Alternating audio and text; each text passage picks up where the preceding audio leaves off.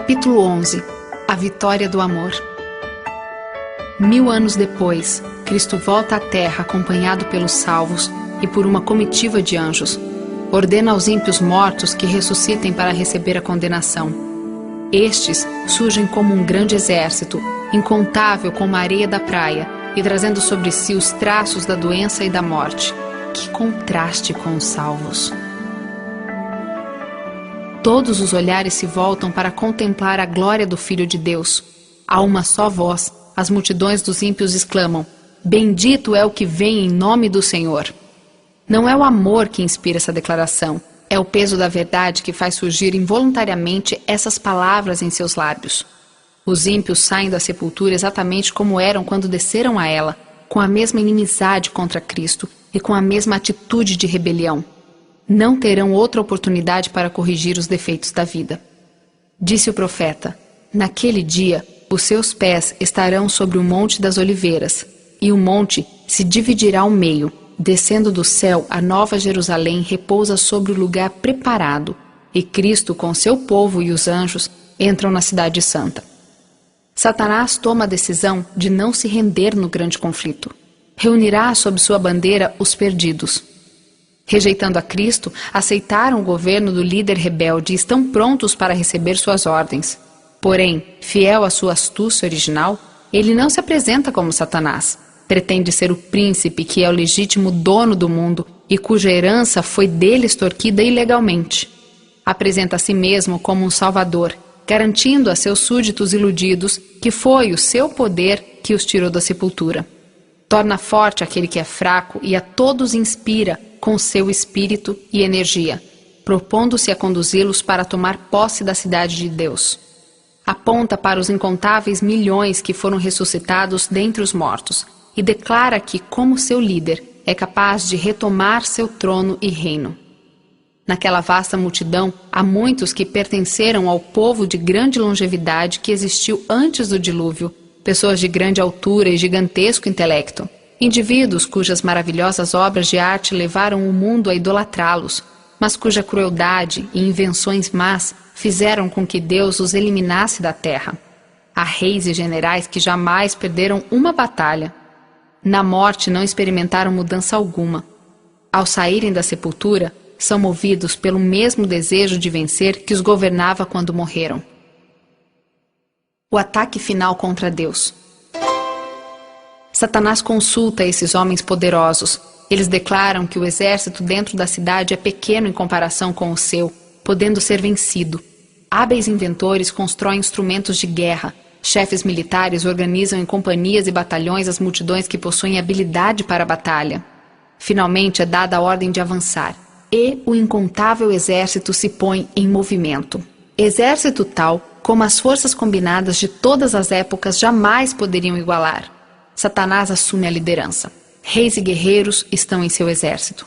Com precisão militar, as fileiras avançam juntas pela rachada superfície da terra em direção à cidade de Deus.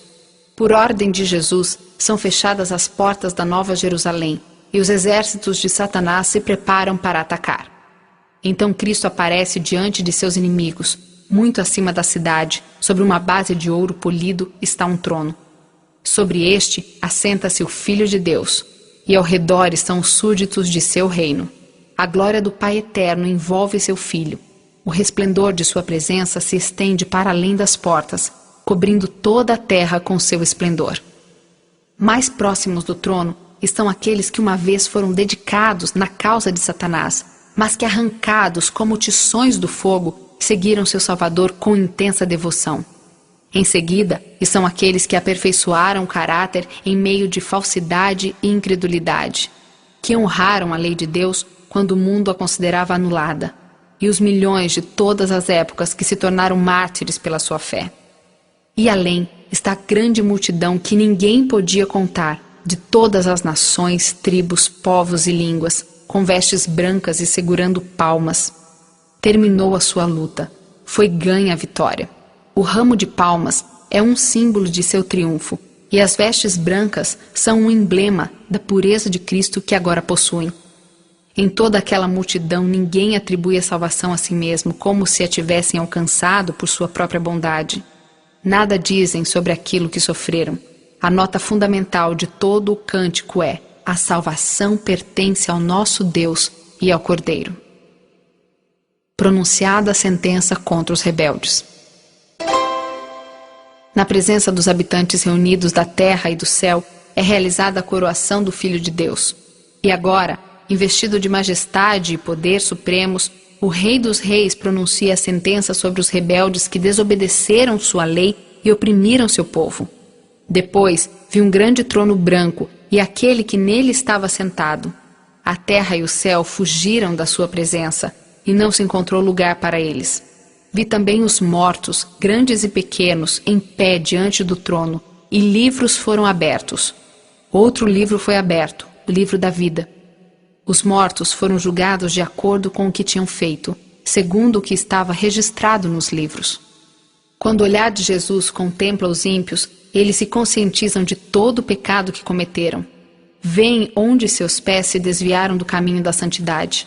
As sedutoras tentações que promoveram na transigência com o pecado, os mensageiros de Deus que desprezaram, as advertências que rejeitaram, a misericórdia repelida pelo coração duro e que recusava o arrependimento, tudo aparece muito claro na mente deles. Acima do trono é revelada a cruz. Semelhante a uma vista panorâmica, aparecem as cenas da queda de Adão e as sucessivas etapas do plano da salvação. O humilde nascimento do Salvador, sua vida de simplicidade, seu batismo no Jordão, o jejum e a tentação no deserto, seu ministério revelando aos seres humanos as mais preciosas bênçãos do céu, os dias repletos de atos de misericórdia, as noites em oração nas montanhas, as conspirações de inveja e maldade com que eram retribuídos os seus benefícios, a misteriosa agonia no Getsêmani, sob o peso esmagador dos pecados do mundo, sua traição nas mãos da multidão assassina, os eventos daquela noite de horror, o prisioneiro que não opunha resistência abandonado por seus discípulos, denunciado no palácio do sumo sacerdote ao tribunal de Pilatos, diante do covarde Herodes, zombado, insultado, torturado e condenado à morte. Tudo é retratado de maneira intensa. Em seguida, perante a multidão agitada, são reveladas as cenas finais. O paciente sofredor trilhando o caminho até o Calvário, o príncipe do céu suspenso na cruz, os arrogantes sacerdotes e rabis zombando de sua agonia mortal, as trevas sobrenaturais marcando o momento em que o Salvador do mundo entregou a vida. O terrível espetáculo aparece exatamente como foi. Satanás e seus súditos não têm poder para desviar o olhar. Cada ator relembra a parte que desempenhou. Herodes, matando as inocentes criancinhas de Belém, a desprezível Herodias, culpada pelo sangue de João Batista, o fraco Pilatos, escravo das circunstâncias, os soldados zombadores, a multidão furiosa que clamou que o sangue dele caia sobre nós e sobre nossos filhos. Todos procuram em vão ocultar-se da majestade divina do rosto de Cristo, enquanto os salvos lançam suas coroas aos pés dos salvadores, clamando: Ele morreu por mim. Ali está Nero, monstro de crueldade e vício, contemplando a exaltação daqueles em cuja angústia encontrou prazer satânico. A mãe dele testemunha aquelas ações, vendo como os maus traços, os maus desejos desenvolvidos por sua influência e exemplo, resultaram nos crimes que fizeram o mundo estremecer. Ali estão líderes espirituais que pretendiam ser embaixadores de Cristo, mas utilizaram a tortura, a masmorra e a fogueira para dominar o seu povo. Ali estão os orgulhosos seres humanos que se exaltaram acima de Deus e ousaram mudar a lei do Senhor. Eles têm uma conta a prestar a Deus. Tarde demais chegam a ver que o Todo-Poderoso cuida de sua lei. Percebem agora que Cristo se identifica com os sofrimentos de seu povo e sofre com ele. Todo o mundo ímpio é agora acusado de alta traição contra o governo de Deus. Não existe ninguém para defender a causa dos perdidos. Encontram-se sem desculpa, e a sentença de morte eterna é pronunciada contra eles. Os ímpios veem o que perderam por sua rebelião. Tudo isso, exclama o perdido, eu poderia ter conseguido. Que tremenda presunção! Troquei a paz, a felicidade e a honra pela miséria, infame e desespero. Todos veem que sua exclusão do céu é justa. Através de sua vida declararam: não queremos que este homem, Jesus, reine sobre nós. Derrota de Satanás. Extasiados, os ímpios contemplam a coroação do Filho de Deus. Veem em suas mãos as tábuas da lei divina que desprezaram. Testemunham o irromper de adoração por parte dos salvos. E ao espalhar-se a onda de melodia sobre as multidões fora da cidade, todos exclamam: justos e verdadeiros são os teus caminhos, ó Rei das Nações. Ajoelhados, adoram o Príncipe da vida. Satanás parece paralisado. Havendo sido uma vez o querubim principal, lembra-se de onde caiu. Está excluído para sempre do lugar em que recebeu tantas honras. Vê que outro se encontra perto do Pai, um anjo de majestosa presença. Sabe que a elevada posição desse anjo poderia ter sido sua. A memória recorda o lar de sua inocência, a paz e contentamento que eram seus até se rebelar. Lembra-se de suas ações entre os seres humanos e os resultados disso. A inimizade das pessoas para com seus semelhantes, a terrível deterioração da vida, a destruição de reinos, os tumultos, conflitos e revoluções. Recorda seus constantes esforços em oposição ao que Cristo realiza. Quando contempla os resultados de seu trabalho, vê apenas fracasso. Inúmeras vezes, durante o grande conflito, foi derrotado e obrigado a se render. O objetivo do grande rebelde sempre foi provar que o governo de Deus era o responsável pela rebelião. Levou multidões a aceitar esse ponto de vista. Durante milhares de anos, esse conspirador tem apresentado a falsidade em lugar da verdade. Mas agora é chegado o tempo em que devem ser revelados a história e o caráter de Satanás.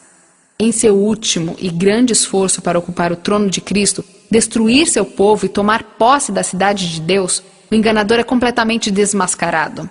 E os que se uniram a ele constatam o fracasso completo de sua causa. Satanás vê que sua rebelião voluntária o desqualificou para o céu. Durante todo o tempo esteve aprimorando suas habilidades para lutar contra Deus. Para ele, a pureza e a harmonia do céu seriam uma tortura infinita. Ele se curva e reconhece a justiça da sentença que recebeu. Todas as questões sobre a verdade e o erro no prolongado conflito foram finalmente esclarecidas. Os resultados da rejeição aos mandamentos de Deus foram revelados diante de todo o universo. A história do pecado permanecerá por toda a eternidade como testemunha de que a felicidade de todos os seres criados está ligada à existência da lei de Deus. O universo inteiro, tanto dos fiéis quanto dos rebeldes, de comum acordo declara: justos e verdadeiros são os teus caminhos, ó Rei das Nações. É chegada a hora em que Cristo é glorificado acima de todo nome. Foi pela alegria que lhe estava proposta, levar muitos filhos à glória, que ele suportou a cruz. Olha para os resgatados, renovados à sua própria imagem. Contempla neles os resultados de seu grande sofrimento e fica satisfeito. Com voz que atinge as multidões, justos e ímpios, ele declara: eis a aquisição de meu sangue. Por estes sofri, por estes morri. Eliminação dos ímpios. O caráter de Satanás permanece sem mudança. A atitude de rebelião, como poderosa torrente, explode mais uma vez. Ele decide que não se renderá no último e desesperado conflito contra o Rei do Céu. Mas dentre todos os incontáveis milhões que seduziu a rebelião, agora ninguém mais reconhece a supremacia dele. Os ímpios estão cheios do mesmo ódio a Deus que inspira Satanás, mas percebem que seu caso é sem esperança. Sobre os ímpios ele fará chover brasas ardentes e enxofre incandescente. Deus envia fogo do céu. A terra se fende, chamas devoradoras irrompem de cada abertura no solo. As próprias rochas estão ardendo, os elementos são desfeitos pelo calor, e também a terra e tudo o que nela há são queimados. A superfície da terra parece uma massa derretida, um vasto e fervente lago de fogo. Os ímpios são punidos de acordo com o que tinham feito. Satanás tem de sofrer não somente pela sua própria rebelião, mas por todos os pecados que levou o povo de Deus a cometer. Nas chamas, Os ímpios são finalmente destruídos, raiz e ramos. Satanás é a raiz, e seus seguidores são os ramos. A penalidade completa da lei foi aplicada, satisfeitas as exigências da justiça. Está para sempre terminada a ação destruidora de Satanás. Agora as criaturas de Deus estão livres para sempre de suas tentações. Enquanto a terra está envolta em fogo, os justos habitam em segurança na cidade santa. Ao mesmo tempo que Deus é um fogo consumidor para os ímpios, para o seu povo é um escudo. Então vi novos céus e nova terra, pois o primeiro céu e a primeira terra tinham passado. O fogo que consome os ímpios purifica a terra. Todo vestígio de maldição é removido. Não existirá nenhum inferno a arder eternamente para manter diante dos resgatados as terríveis consequências do pecado. Lembranças da crucifixão. Apenas uma lembrança permanece.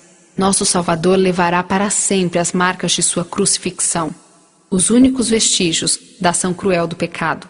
Através das eras eternas, os ferimentos do Calvário proclamarão louvor a Cristo e declararão o seu poder. Cristo afirmou a seus discípulos que iria preparar moradas para eles na casa de seu Pai. A linguagem humana é inadequada para descrever a recompensa dos justos.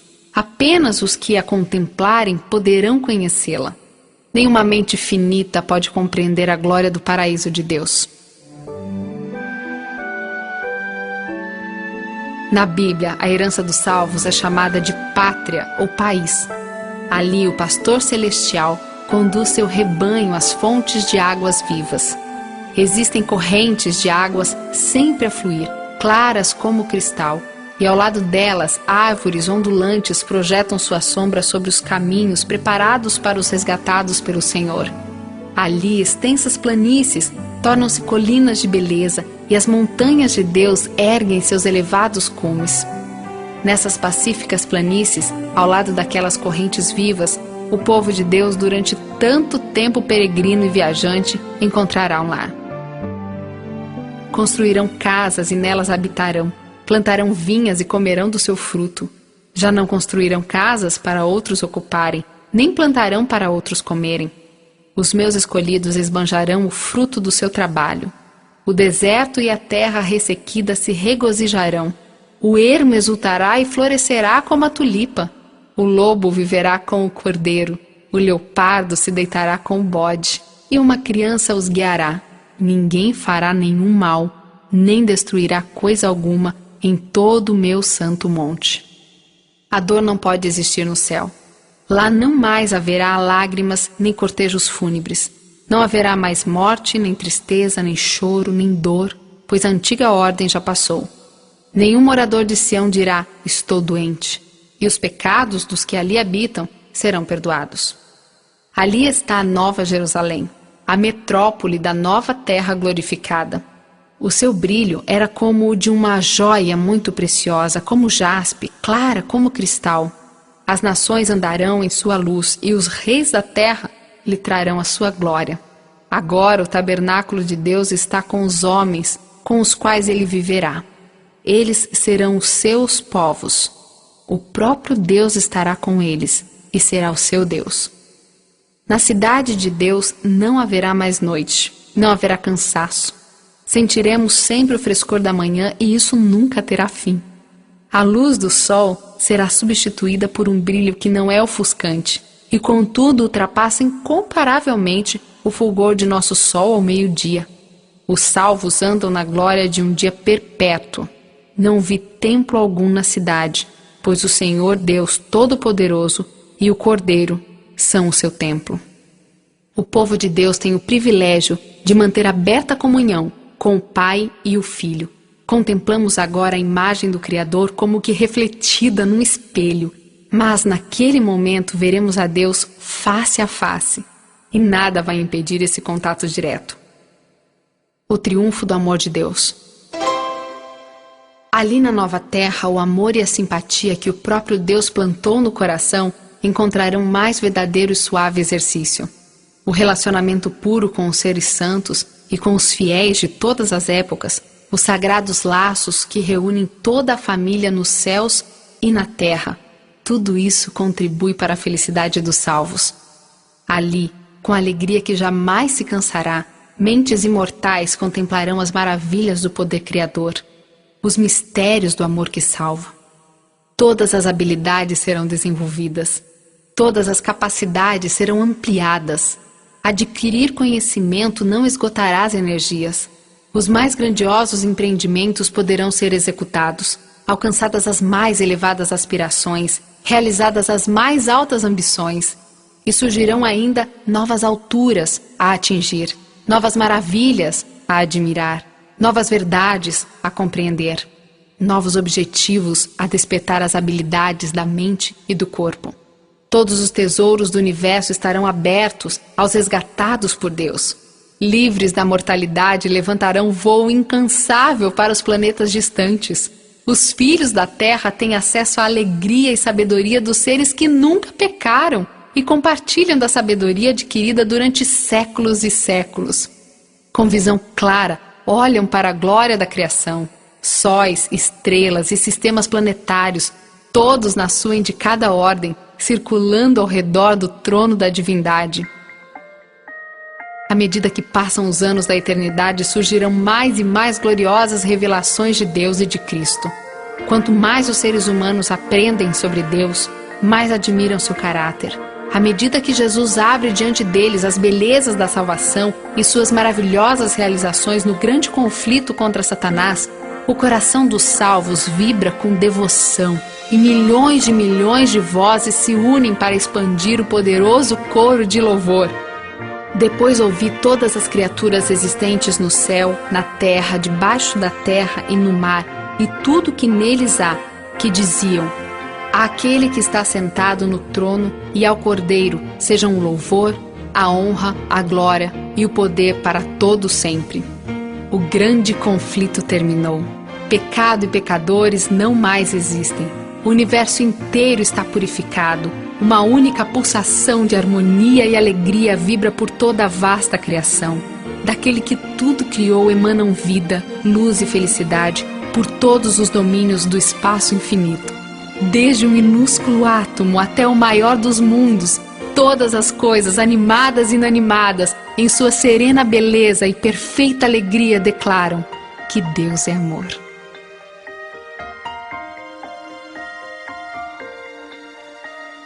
Se você gostou da mensagem deste audiolivro e deseja obter mais informações ou descobrir um de nossos locais de reunião próximo de sua residência, acesse o site www.esperança.com.br. Esperança sem cedilha. Você pode também entrar em contato conosco através do e-mail atendimento@esperanca.com.br ou escrever para Projeto Amigos da Esperança, Caixa Postal 7, Jacareí, São Paulo, CEP 12.300.970. Saiba que Deus tem um plano especial para a sua vida. Procure conhecê-lo melhor e viva com mais esperança.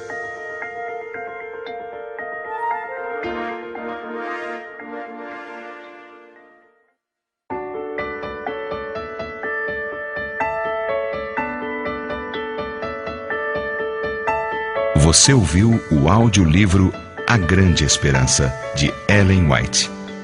Leitura Fabiana Bertotti. Produção Clayton Antonelli. Trilha sonora Ed Schultz Henrique. Editora Casa Publicadora Brasileira.